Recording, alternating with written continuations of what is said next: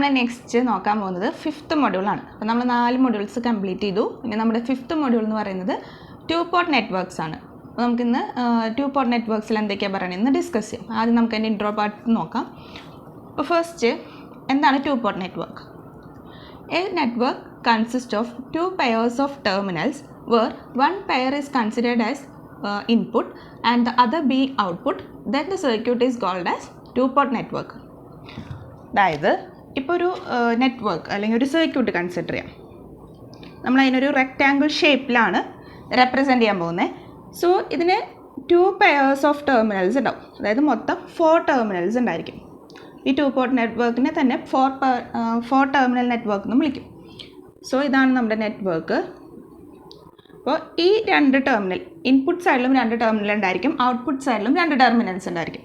So ഇതാണ് നമ്മുടെ input, ഇതാണ് നമ്മുടെ ഔട്ട്പുട്ട്. സോ ഇങ്ങനെ 2 ടെർമിനൽസ് വെച്ചിട്ട് ഇൻപുട്ടിലും ഔട്ട്പുട്ടിലും ഉണ്ടെങ്കിൽ ആ നെറ്റ്വർക്കിനെയാണ് നമ്മൾ 2 പോർട്ട് നെറ്റ്വർക്ക് അഥവാ 4 ടെർമിനൽ നെറ്റ്വർക്ക് എന്ന് വിളിക്കുന്നത്. ഇതാണ് നമ്മുടെ 2 പോർട്ട് നെറ്റ്വർക്ക്. ഇനി നമുക്ക് 2 പോർട്ട് നെറ്റ്വർക്കിൽ കുറച്ച് പാരാമീറ്റേഴ്സ് പഠിക്കാനുണ്ട്.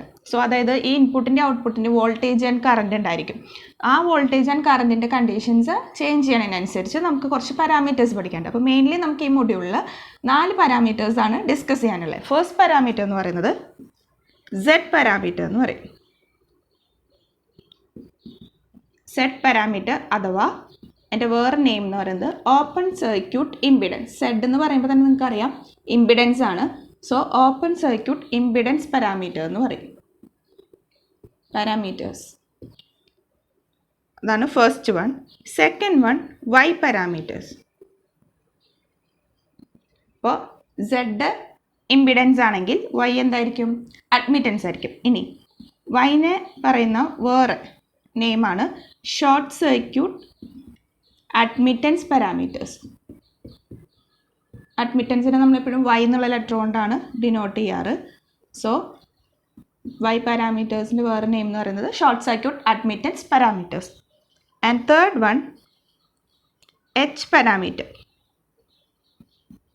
H പാരാമീറ്റേഴ്സ് ഓർ അതിൻ്റെ വേറെ നെയിം ഹൈബ്രിഡ് പാരാമീറ്റേഴ്സ് എന്നാണ്.